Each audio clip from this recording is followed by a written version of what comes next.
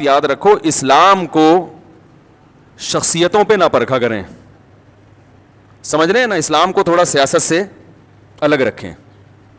اسلام میں سیاست ہے، سیاست میں اسلام نہیں ہے. اسلام میں سیاست بھی ہے مگر سیاست میں اسلام یہ نہیں ہے. بہترین صدقہ جاریہ حاصل کرنے کے لیے اس ویڈیو کو شیئر کرنا مت بھولیں. جزاک اللہ. کیونکہ میں بہت زیادہ لوگوں سے جو ہے نا وہ الٹی سیدھی، وہ جو میں نے ایک عمران خان کی تقریر پر حمایت کر دی تھی اس میں بہت سارے اپنے کٹ گئے. میں نے تقریر کی حمایت کی، اس میں بھی شروع میں اور آخر میں بڑی تمہید تھی کہ اس کو آپ کوئی سیاسی رخ نہ دیں، یہ کوئی JUI کی مخالفت نہ سمجھیں یا مسلم لیگ کی مخالفت نہ سمجھیں. ایک ملک کے وزیر اعظم نے اسپیچ کی ہے. میرے پاس اب خطوط آ رہے ہیں لوگوں کے، فون تو میں اٹھاتا بہت ہی کم ہوں. خطوط آ رہے ہیں کہ آپ ہمارے دل سے اتر گئے مفتی صاحب، میں آپ کا بہت بڑا فین تھا اور میں اب آپ میرے دل سے اتر گئے ہیں. مجھے جواب دیں کہ ایک یہودی کو آپ کیسے وہ کر رہے ہیں اور ایک فلانے کو آپ کیسے وہ کر رہے ہیں.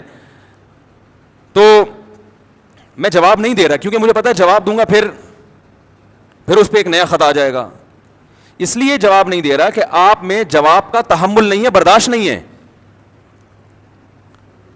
برداشت نہیں ہے. آپ یہ چاہتے ہیں کہ یعنی اس بنا پر بھائی آپ اختلاف کرو نا، بولو بھائی مفتی صاحب آپ نے جو وزیر اعظم کی تعریف کی غلط کی ہے، اس کا دل سے اترنے سے کیا تعلق ہے؟ کوئی شرعی مسئلہ تھوڑی میں نے بیان کیا ممبر پہ بیٹھ کے. اب بولو بھائی جو آپ دین کی باتیں کر رہے ہو ماشاءاللہ وہ تو بڑی زبردست ہیں، تو اس معاملے میں ہم آپ کے پہلے بھی فین تھے اب بھی فین ہیں. سیاست کے معاملے میں جو آپ نے یہ بات کی ہے وزیر اعظم کی تقریر سے ہم آپ کے متفق نہیں ہیں، ختم ہو گئی بات. مثال کے طور پر میں اگر کوئی میڈیکل سائنس کی بات کروں، میں بتاؤں شوگر کی ایک فلاں دوا ہے، میں نے ڈاکٹر سے سنا ہے بڑی زبردست ہے، آپ نے اس سے بڑے ڈاکٹر سے سنا کہ وہ زبردست نہیں ہے، تو میں آپ کے دل سے اتروں گا؟ بولو نا بھائی، دل سے اتروں گا؟ آپ بولیں گے یار میڈیکل سائنس میں انہوں نے ایک بات کہی ہے ان کی رائے کے مطابق، دوسرے ڈاکٹر نے تو اس کے خلاف کہا ہے. اب آپ کے پاس دونوں آپشن ہیں، اس کی مانیں ہمارے والے ڈاکٹر کی مان لیں. دل سے نہیں اتاریں گے آپ. بولیں گے ان چیزوں سے آدمی نہ دل سے اترتا ہے نہ دل پہ چڑھتا ہے.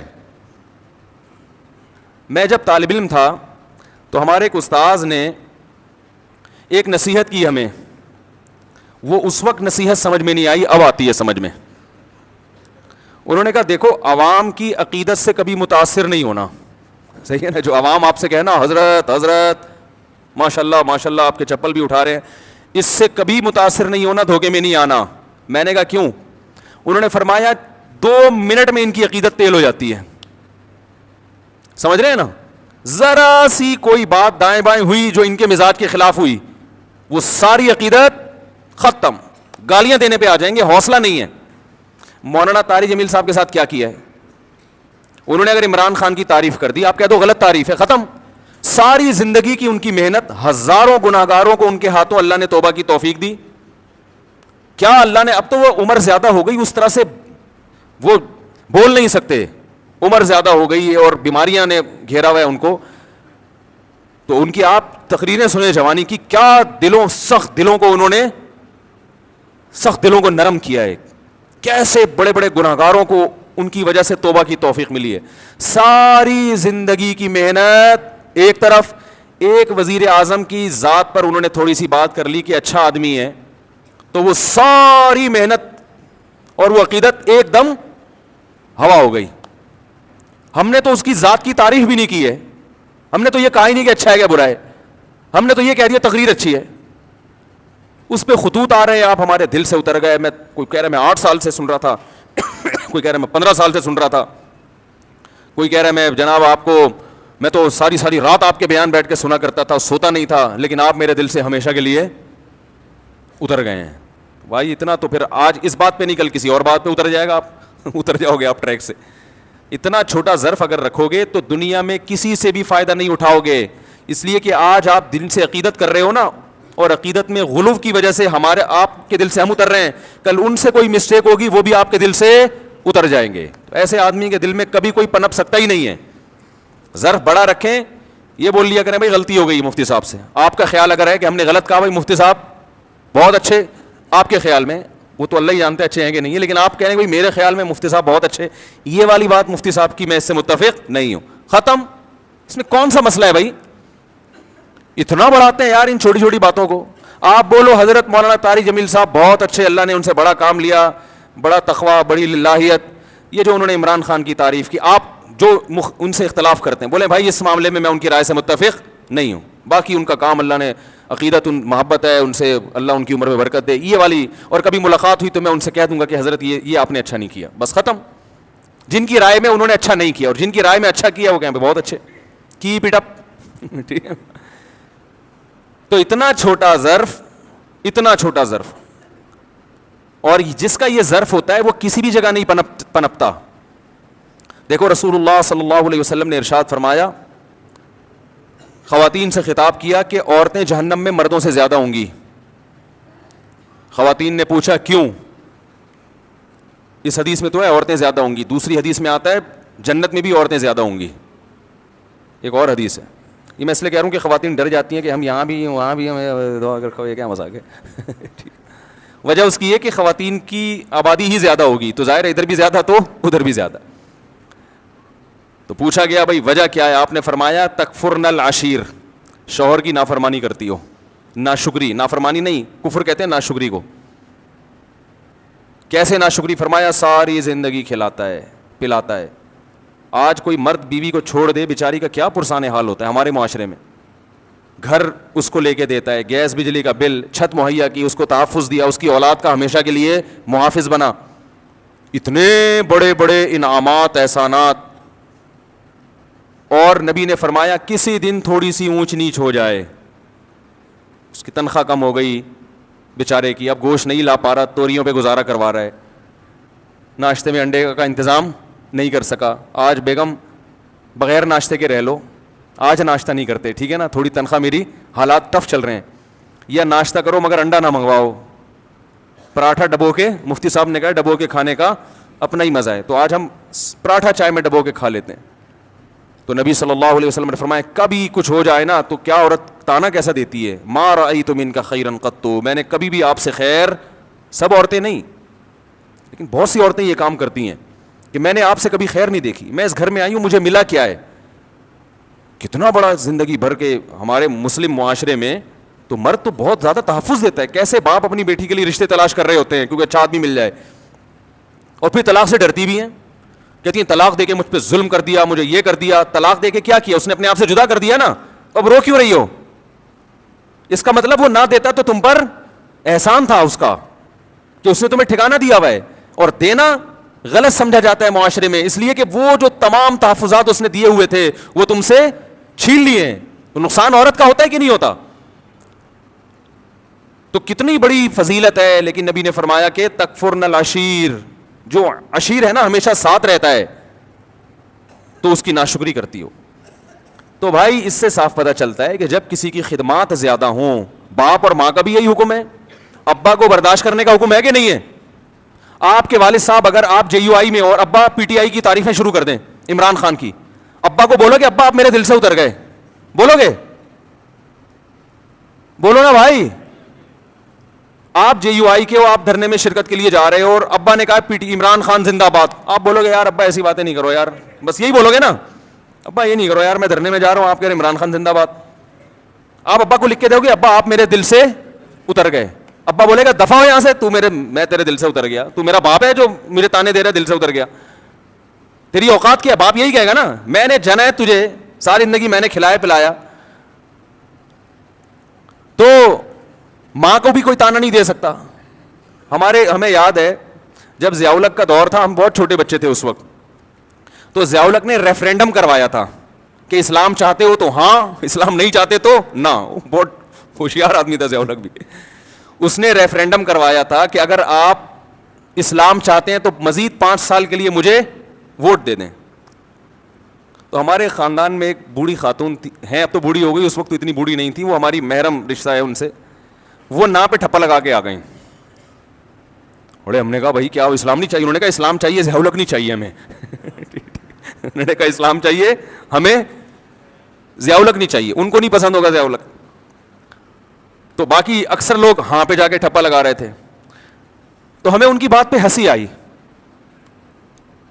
ہم جو تھے ضیاء الحق کی طرف تھے, ہم سمجھتے تھے کہ بھئی یہ دیندار آدمی ہے, تہجد گزار آدمی ہے, یہ اسلام کو, اور اس نے بہت حد تک کیا بھی ہماری رائے کے مطابق کام, وفاقی شرعی عدالت بنائی, مفتی تقی صاحب کو اس کا جج بنایا, حدود آرڈیننس سارے ضیاء الحق کے ہی بنائے ہوئے ہیں.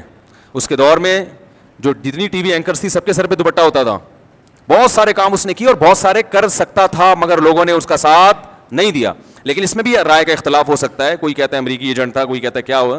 ایسا نہ ہو جو تھوڑے بہت جن کے دلوں سے میں نہیں اترا اب ان کے دلوں سے بھی اتر جاؤں کہ آپ تو ضیاء الحق کی حمایت کر رہے ہو. تو 2 منٹ لگتے ہیں دل سے اترنے میں. تو وہ نا پہ لگا کے آ گئیں. اب وہ ہمارے خاندان کی بڑی خواتین, ہم ان سے یہ کہتے ہیں آپ ہمارے دل سے ہمیشہ کے لیے اتر گئیں. تو بھائی رشتے ہیں ٹھیک ہے نا کا, اور ہم نے بظاہر تو یہ کفر ہے نا کہ اسلام نہیں چاہیے. وہ کہتی تھی اسلام چاہیے. یہ ضیاء الحق نے اسلام کا ان کے خرائے کے مطابق لیبل لگایا ہوا ہے کہ اب اسلام تو ہر آدمی کہے گا نا ہاں, تو ہاں کا مطلب یہ کہ اگلے 5 سال کے لیے میں دوبارہ آ رہا ہوں. تو بھائی ہمارے اپنے رشتے داروں میں ہم جب بیٹھتے ہیں کوئی جے یو آئی کی حمایت کر رہا ہوتا ہے, کوئی پی ٹی آئی کی حمایت کر رہا ہوتا ہے. اب جو خاندان کے بڑے بزرگ ہیں ہم ان سے تمیز سے احترام سے تھوڑی سی ڈیبیٹ کر لیتے ہیں, بحث کر لیتے ہیں. بھائی ٹھیک ہے آپ کی رائے ہے, بڑے بزرگ تو بزرگ ہی رہیں گے. اب یہ تھوڑی کہ وہ پی ٹی آئی میں چلا گیا تو وہ ہمارے دل سے اتر گیا وہ جے یو. بھائی بڑے خاندان کے رشتہ ہے. دوست احباب میں بھی ایسا ہی ہوتا ہے. ہم جب بیٹھتے ہیں ہمارے دوستوں میں, ہمارے شاگردوں میں, میرے شاگردوں میں کوئی جے یو آئی کا ہے, کوئی پی ٹی آئی کا ہے, وہ بیٹھے ہوئے ہوتے ہیں. اب وہ کہ آپ ہمارے دل سے اتر گئے, میں کہوں گا دل سے اتر گئے تو میں تو سبق نہیں پڑھاؤں گا. جب تمہارا استاد سے تمہیں عقیدت محبت ہی ختم ہو گئی تو میں تمہیں تفسیر کیوں پڑھاؤں؟ میں کیوں پڑھاؤں بھائی تمہیں تفسیر؟ اتنا بڑا تانا تم نے دے دیا کہ آپ اب یعنی آپ ہمیں سمجھ میں ہی نہیں آ رہے نا, تو جب پھر اس سے پڑھو جو تمہیں سمجھ میں آ رہا ہے. جو سمجھ میں نہیں آ رہا اس سے کیوں پڑھ رہے ہو؟ تو چھوٹا دل نہ رکھو میرے بھائی, ظرف کو کیا کرو, دوسرے کی رائے سننے کا تحمل پیدا کریں. رائے سننے کا تحمل پیدا کریں. میں بہت کچھ بول سکتا ہوں ممبر پہ بیٹھ کے, بہت کچھ دلائل کے تانے بانے ملا سکتا ہوں, آپ بھی ملائیں, لیکن ہم تو ایک اصولی اور ضابطے کی بات کر کے آگے نکل جاتے ہیں کہ اصول اور ضابطے میں بھئی یہ ہم یہ کہہ رہے ہیں کہ یہ کام اچھا کیا, فلاں اگر کرے گا تو ہم اس کو بھی اپریشیٹ کریں گے, فلاں آدمی کا فلاں کام اچھا ہے, اور وہ قرآن و سنت نہیں بن جاتا, وہ ہماری رائے ہوتی ہے. تو اگر کوئی عالم پی ٹی آئی میں چلا جاتا ہے, میں کہتا ہوں کوئی عالم دین اگر پی ٹی آئی میں چلے بھی جائیں, دیکھو ایک زمانہ تھا, سیاسی باتیں نہیں کرنی چاہیے لیکن اب وہ دین کی یعنی جب تک میں مثال نہیں دوں گا تو جو میں شریعت ہی کا قاعدہ بتانا چاہ رہا ہوں سمجھ میں نہیں آئے گا. ایک زمانہ تھا کہ ایم کیو ایم بڑے عروج پر تھی. ایک عالم تھے, ان کا ایم کیو ایم میں ایک اسمبلی کے ممبر تھے, ان سے بڑی گہری دوستی, وہ ان سے بڑے جا کے بڑی اچھی طرح سے ملا کرتے تھے اور بڑی گہری دوستی.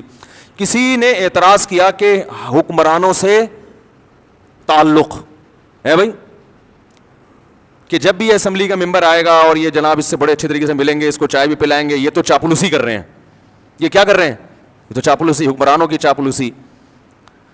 تو میں نے ان سے کہا, میں نے کہا بھائی دیکھو ایک جب کوئی بھی حکومت میں ہے تو اس کے خلاف چلو گے تو آپ اپنے کام نہیں نکلوا سکتے, اور اگر آپ اس سے دوستی لگا کے بہت سارے دینی کام کروا سکتے ہیں اس سے, تو یہ چاپلوسی نہیں ہے, یہ شریعت میں عین مطلوب ہے. چاپلوسی حکمرانوں کی وہ حرام ہے جو اپنی ذات کے لیے ہو, قوم کے لیے ہے, ملک و ملت کے لیے, تو یہ چاپلوسی نہیں ہے, یہ تو اخلاق ہے. اور شریعت نے ہمیں حکمرانوں کے احترام کا حکم دیا ہے, ان کو ذلیل کرنے کا حکم نہیں دیا. اس لیے کہ قومی اتحاد جو ہے نا, اتحاد وہ جب ہی ہوتا ہے کہ جب سب ایک امیر پر متفق ہوں, تب ملک پاورفل بنتا ہے, تب اس وقت طاقتور بنتا ہے ملک. آپ درجنوں سیاسی اختلاف کریں تو اگر کوئی کسی اسمبلی کے, میں اس لیے کہہ رہا ہوں حضرت مولانا طارق مل صاحب جا کے بیٹھے ہوئے ہیں کسی حاکم کے پاس, اس کی تصویریں آ رہی ہیں اور نیچے جھوٹی حدیثیں اور اسلاف کے واقعات کے جو حکمرانوں سے ملتا ہے وہ یوں ہیں تو وہ یوں ہیں تو فلانا ہے. بھائی جو اپنی ذات کے لیے ملے, اپنی ذات کو پروموٹ کرنے کے لیے, اور جس کے پیچھے مقصد ہو, جس کے پیچھے ایک قوم کی خدمت ہو, تو اس کے لیے بالکل جائز ہے. اور یہی کام جب آپ کرتے ہیں تو وہ حلال ہوتا ہے, دوسرا کرے تو وہ کیا ہو گیا, وہ ناجائز ہو گیا. کوئی اصول ہی نہیں ہے, کوئی ضابطہ ہی نہیں ہے کسی بھی چیز کا. تو خلاصہ یہ نکلا کہ تھوڑا سا ظرف کو بڑا رکھیں, اختلاف رائے کا تحمل کریں کہ اس کی یہ رائے ہے, ہماری. دیکھو یہ ہمارے اکابر میں اس سے بھی بڑے بڑے اختلافات ہوئے ہیں. فلاں کو وزیر اعظم بننا چاہیے کہ نہیں بننا چاہیے, فلاں حقدار ہے یا نہیں, یہ کم درجے کا اختلاف ہے. کنٹری بننا چاہیے نیا یا نہیں بننا چاہیے, یہ زیادہ بڑا اختلاف ہے. کیا خیال ہے؟ جب ہندوستان کے 2 ٹکڑے ہو رہے تھے, مولانا حسین احمد مدنی رحمہ اللہ تعالیٰ کی رائے یہ تھی کہ ہندوستان کو 2 ٹکڑوں میں تقسیم, بولو بھائی, نہیں ہونا چاہیے. ان کی رائے تھی, یہ تھی, ان کے پاس اپنے دلائل تھے. کہ زیادہ مسلمان انڈیا میں ہیں, یہاں تھوڑے ہیں. تو ایک پوری ان کے پاس ایک دلائل تھے. مولانا اشرف علی تھانوی رحمہ اللہ تعالی, مولانا ظفر احمد عثمانی رحمہ اللہ تعالی کی رائے یہ تھی کہ بننا چاہیے ملک. یہ بہت بڑا اختلاف تھا کہ نہیں تھا بھائی؟ کنٹری وجود میں آنا چاہیے کہ نہیں آنا چاہیے, یہ چھوٹا اختلاف نہیں تھا. مولانا حسین احمد مدنی وہ کہتے تھے ملک نہیں ٹوٹنا چاہیے, اس پہ وہ جلسے کر رہے تھے, دھرنے دے رہے تھے, بڑی تحریک چلائی تھی انہوں نے, پورا ایڑی چوٹی کا زور لگا لیا کہ ہندوستان کو نہیں ٹوٹنا چاہیے. لیکن مولانا تھانوی رحمۃ اللہ علیہ قائد اعظم سے باقاعدہ ملاقاتیں کر رہے تھے.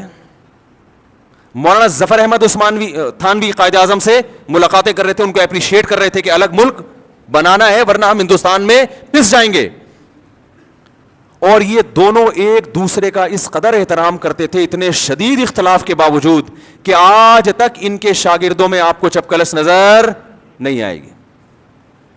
میرے شیخ حضرت مفتی رشید احمد صاحب رحمہ اللہ تعالی حضرت تھانوی کے سلسلے کے ہیں اور ان کے نظریے سے متفق تھے کہ پاکستان بننا چاہیے, لیکن حضرت نے حدیث پڑھی مولانا حسین احمد مدنی سے.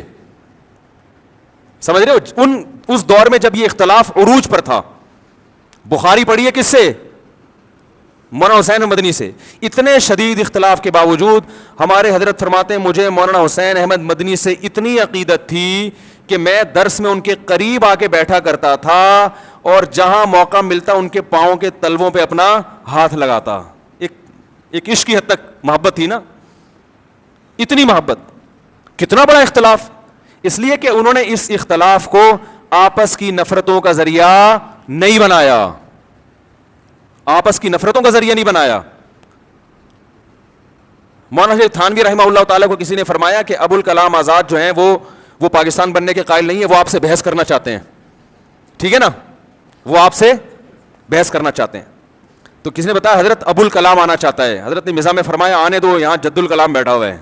یعنی اب کہتے ہیں باپ کو اور جد کہتے ہیں دادا کو. اگر کلام کا باپ ہے تو ہم کلام کے دادا ہیں.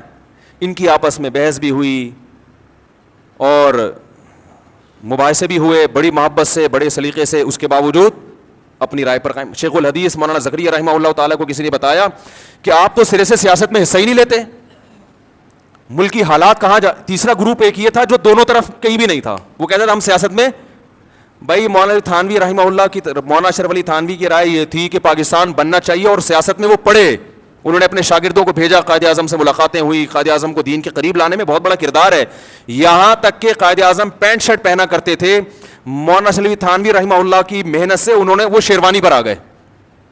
انہوں نے کہا یہ لباس جو ہے نا ہمارے ملک میں ماڈرن لوگوں کا سمجھا جاتا ہے, لوگ اس سے آپ کو اسلامی لیڈر نہیں سمجھیں گے, تو آپ اپنا لباس چینج کریں. قائد اعظم اس پہ بھی ایگری ہو گئے. اور حکیم الامہ مولانا اشرف علی تھانوی قائد اعظم کی بہت, وہ کہتے تھے اس کے گیٹ اپ پہ نہ جاؤ, وہ کہتے تھے قائد اعظم ان کے گیٹ اپ پہ نہ جاؤ, یہ آدمی اندر سے مسلمان ہے.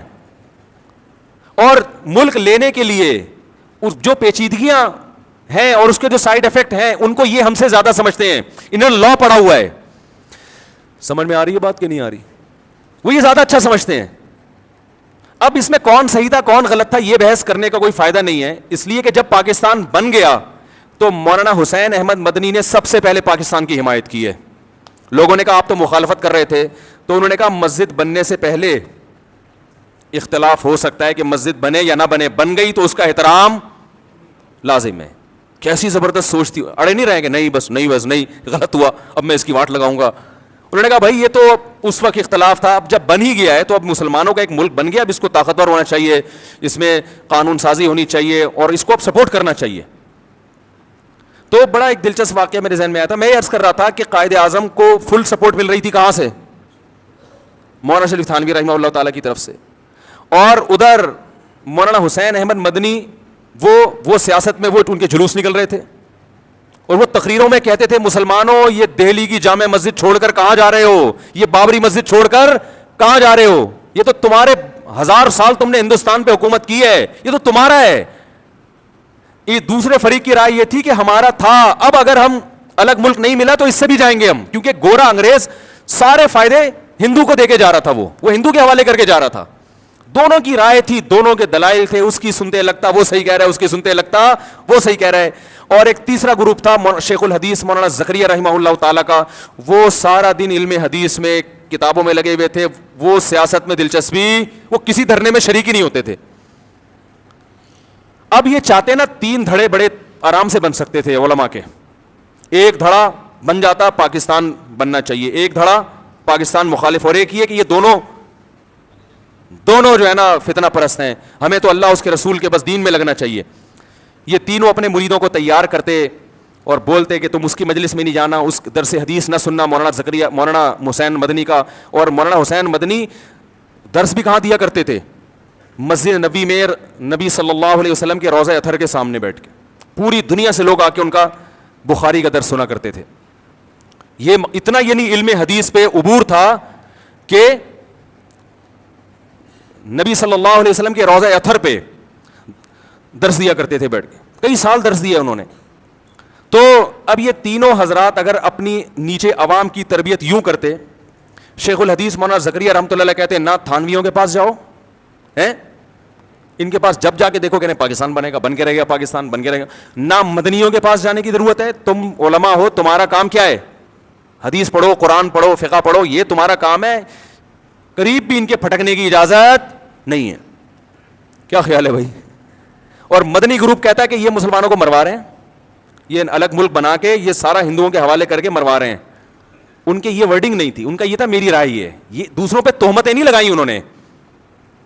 تہمتیں, اگر تہمتیں لگانا شروع کر دیتے نا کہ ان کی نیت ہی غلط ہے, معاملہ پھر خراب ہوتا ہے. معاملہ جب خراب ہوتا ہے جب آپ دوسرے کی نیت پہ ڈاکہ ڈالنا شروع کر دیں کہ یہ بندہ ہی غلط ہے, یہ ان کی نیت. بھائی نیت کیسے؟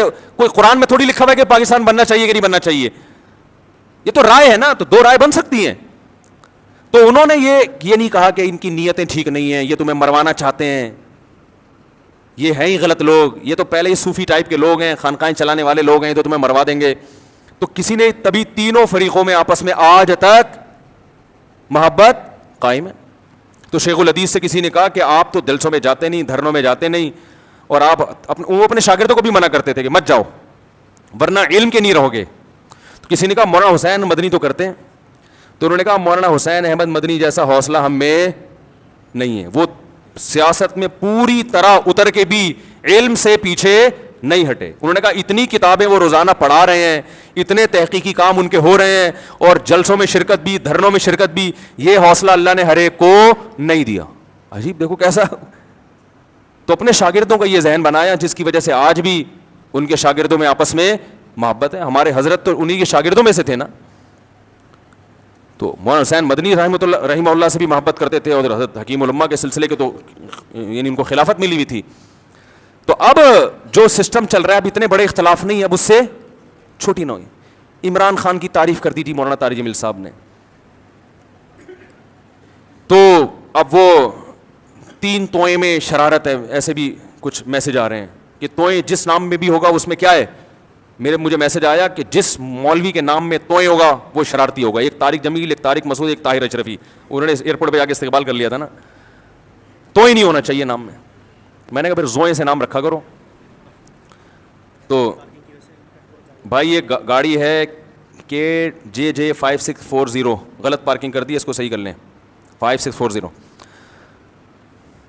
تو بھائی اتنا بڑا اختلاف ہوا, آپس میں نفرتیں نہیں پھیلیں, اب بہت چھوٹے چھوٹے اختلاف ہو رہے ہیں. اور اتنا زیادہ, دیکھو میں ایک بات کہتا ہوں, اپنے سیاسی لیڈر سے عقیدت محبت ضرور کرو, آپ کو جو سمجھ میں آتا ہے. اگر آپ کو دھرنا سمجھ میں آ رہا ہے آپ دھرنے میں جاؤ, اگر آپ کو نہیں سمجھ میں آ رہا آپ نہیں جاؤ. لیکن ان سیاسی قائدین کے چکر میں آپس میں ایک دوسرے کو دل سے مت اتارو. کوئی بھروسہ نہیں ہے کل یہ لیڈر آپس میں بیٹھ کے چائے پی رہے ہوں اور ہم آپس میں لڑ کے ایک دوسرے کو دور کر چکے ہوں. ماضی میں کیا ایسا ہوا نہیں ہے؟ یہ سیاسی لیڈر کفر کے فتوے لگا رہے ہوتے ہیں ایک دوسرے پہ. میں نے خود جلسوں میں تقریریں سنی ہے, وہ کافر, وہ یہودی, وہ فلانا, تھوڑے دن میں اسی کے ساتھ گلے مل رہے ہیں, پھول پہنائے جا رہے ہیں, ہاتھ ملائے جا رہے ہیں, اس کو مکمل سپورٹ کر رہے ہیں. یہ تو ہوتا ہے, ہر لیڈر کے ساتھ ہوتا ہے, ہر لیڈر, اور ہو رہا ہے, اب تو ماضی سے دیکھتے آ رہے ہیں. تو میں طلبہ سے کہتا ہوں JUI اور PTI کے چکر میں آپس میں نفرتیں پیدا مت کرو, تم کلاس فیلو. یہ دور زندگی میں دوبارہ کبھی نہیں آئے گا. 8 سال اکٹھے پڑھتے ہیں, اتنے آپس میں محبتیں ہوتی ہیں, اور JUI اور PTI کے چکر میں گالیاں. میں ان سے کہتا ہوں کل کہیں ایسا نہ ہو مستقبل میں کہ دونوں لیڈر بیٹھے ہوئے وسیع قوم کے وسیع تر مفاد میں چائے پی رہے ہوں.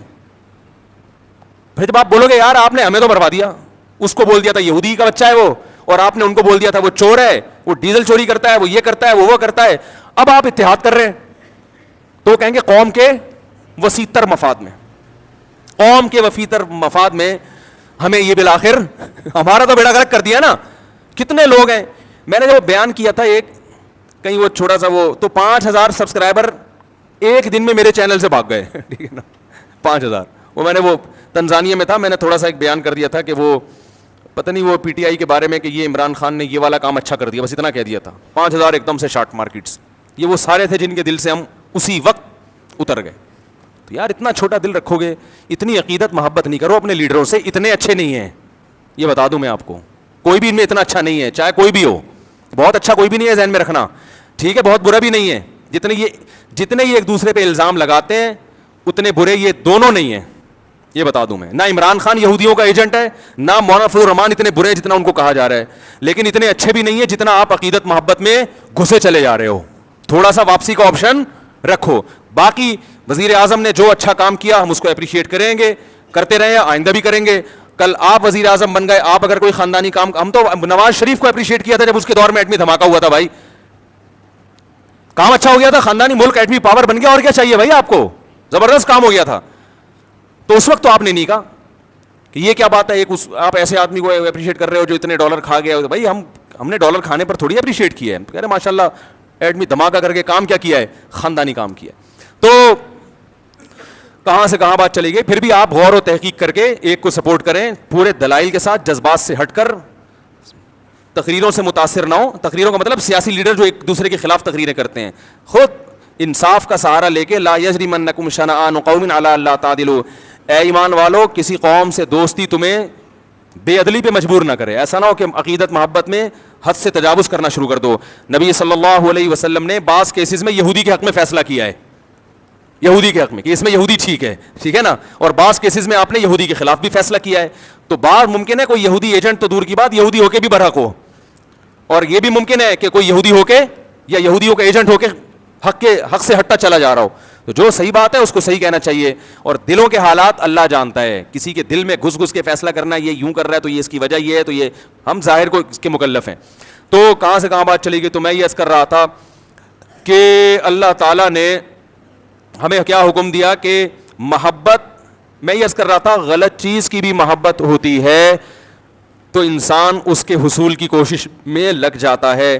لوگوں کو چرس سے, ہیروئن سے عشق ہو جاتا ہے, اور ناجائز عشق ہو جاتے ہیں, ان کو پتہ ہے کہ صحت کے لیے نقصان دہ, ملنے والا کچھ بھی نہیں ہے, پھر بھی پاگل ہو جاتے ہیں, صحتیں برباد کر دیتے ہیں. تو اب سوچو میرے بھائی, جس کے برحق ہونے کا یقین ہو انسان کو,